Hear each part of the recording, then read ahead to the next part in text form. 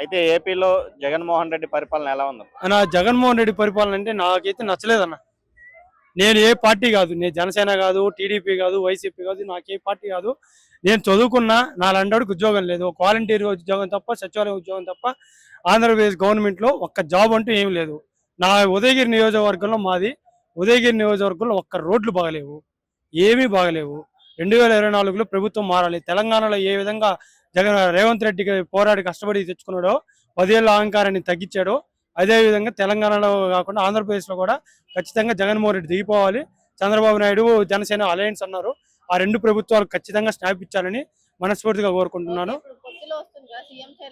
పొత్తులో ఎవరికి వచ్చినా కానీ పవన్ కళ్యాణ్ గారు చాలాసార్లు చెప్పారు, నేను అనుకున్న సీట్లు కానీ వస్తే నేనే సీఎం సీట్ డిమాండ్ చేస్తాను అని పవన్ కళ్యాణ్ గారు చాలాసార్లు క్లుప్తంగా చెప్పారు. పవన్ కళ్యాణ్ గారికి నేను తెలిసి ఒక 50 సీట్లు వస్తాయి అనుకుంటున్నా. 50 సీట్లలో పోటీ చేసినా కానీ పవన్ కళ్యాణ్ గారు 30 సీట్లు వచ్చినా కానీ ఖచ్చితంగా పవన్ కళ్యాణ్ గారు సీఎం అవుతారని నేను కోరుకుంటున్నా. ఖచ్చితంగా జీరో బడ్జెట్ పాలిటిక్స్ కావాలనేది చాలా ఇంపార్టెంట్.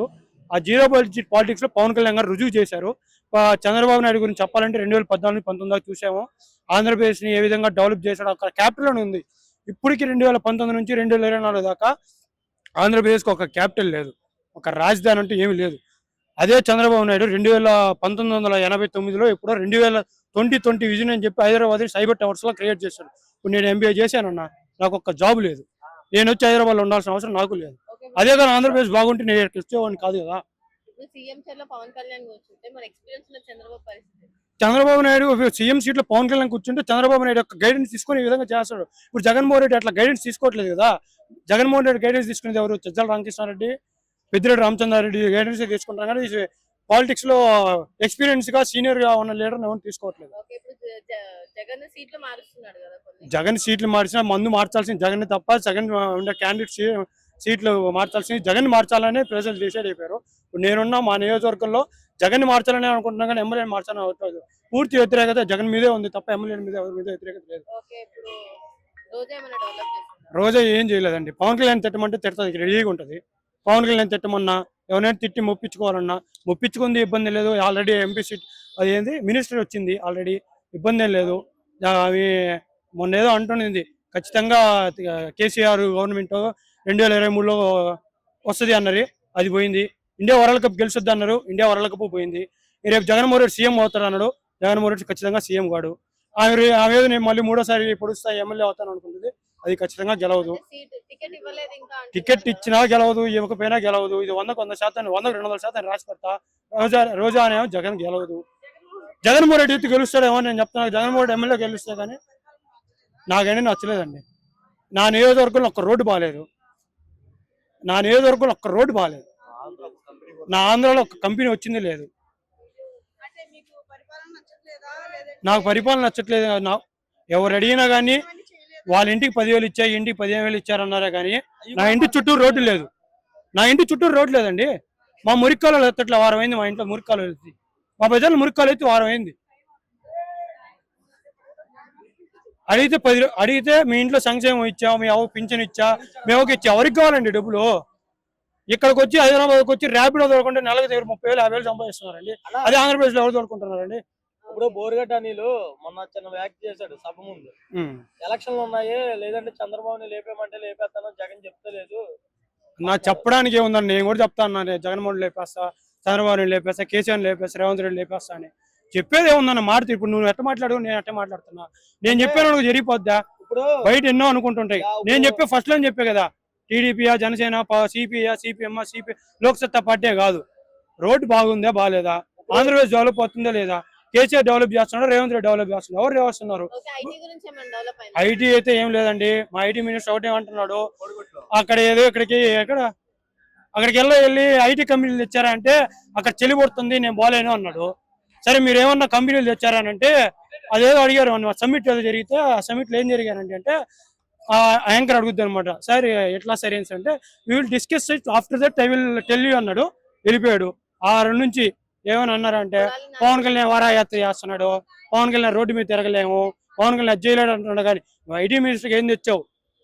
కేటీఆర్ ఉన్నాడు అండి, super IT minister. Andhra Pradesh, Hyderabad, తెలంగాణలో మొత్తం 7 అన్ని కంపెనీలు వెళ్తున్నాడు. అదే ఆంధ్రప్రదేశ్ ఐటీ మినిస్టర్ అంటే గుడ్డు తేలేదు, కోడి గుడ్డు పెట్టలేదు, గుడ్డికి మంత్రి పొదుగు వచ్చిందా అది అంటున్నాడు తప్ప ఏం డెవలప్ చేసింది అది నాకేం లేదండి. కాదన్నా, వైసీపీ వాళ్ళు ఎవరిని ఎందుకు తిట్టినా సరే మామూలుగా వాటి మీద ఏమి కేసులు పెడతలే. ఇప్పుడు ఒక సామాన్యుడు గాని ఎవరన్నా గాని వచ్చి సపోజ్ ఏమన్నా అన్నారనుకో, ఆ జగన్ తిట్టినా గానీ ఆ పక్కన ఎమ్మెల్యేలు తిట్టినా సరే వాళ్ళని వెళ్ళి రోడ్డు లేదని ప్రశ్నించినా సరే వాళ్ళ మీద అక్రమ అరెస్టులు చేస్తున్నారు. అదే బోర్గడ్డ అనిల్ గాని రోజా గాని చాలా బ్యాడ్ వాక్లు చేస్తున్నారు. వాళ్ళ మీద రియాక్షన్ కావట్లేదు అంటే నాకు ఖచ్చితంగా వాళ్ళకి జగన్మోహన్ రెడ్డి సపోర్ట్ ఉందని నేను అనుకుంటున్నాను. టు బి ఫ్రాంక్ ఇప్పుడు నేను ఇప్పుడు ప్రెస్ మీట్ పెట్టానన్నా, ఇదే న్యూస్ కానీ నాకు రేపు ఉదయం టీవీలో వచ్చినా ఆ కింద కామెంట్లు చూస్తాం కదన్నా, ఆ కామెంట్లు నన్ను విపరీతంగా తిట్టగలరు. నేను చెప్పింది నిజం కాదు. బోరుగడ్డ అనిలా ఇంకో అనిలా గెన్స్గడ్డ అనిలా ఇది కాదన్నా. ఎవరైనా గవర్నమెంట్ బాగాలేదంటే గవర్నమెంట్ బాగాలేదని అంటారు. నాకైతే గవర్నమెంట్ ఏమాత్రం నచ్చలేదన్నా ఆంధ్రప్రదేశ్లో. నేను చంద్రబాబు నాయుడు రావాలని చెప్పను, జగన్ రావాలని చెప్పను.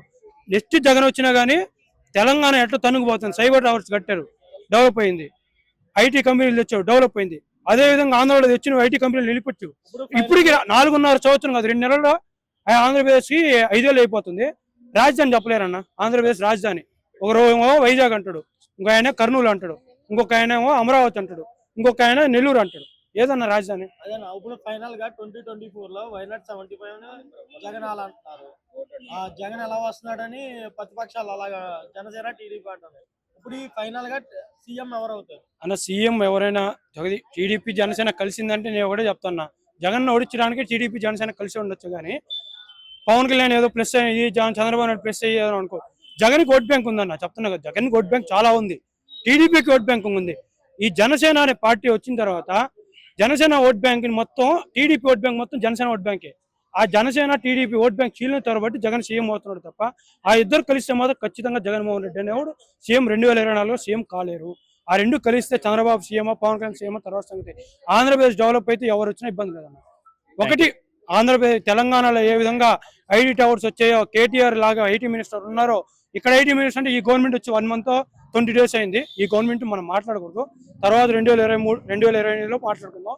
ఇప్పుడు జగన్మోహన్ రెడ్డి గవర్నమెంట్ లో రోడ్లు బాగాలేవు, పింఛన్లు రోడ్లు ఏం బాగాలేవు, ఒక డెవలప్మెంట్ లేదు. నేను ఎంబీఏ చేసి అన్నా, నాకు హైదరాబాద్ రావాల్సిన అవసరం లేదు, ఆంధ్రాలో జాబ్ నేను కిందకి వస్తా. నేనైతే అదే చెప్తున్నా, సింపుల్గా చెప్తున్నా.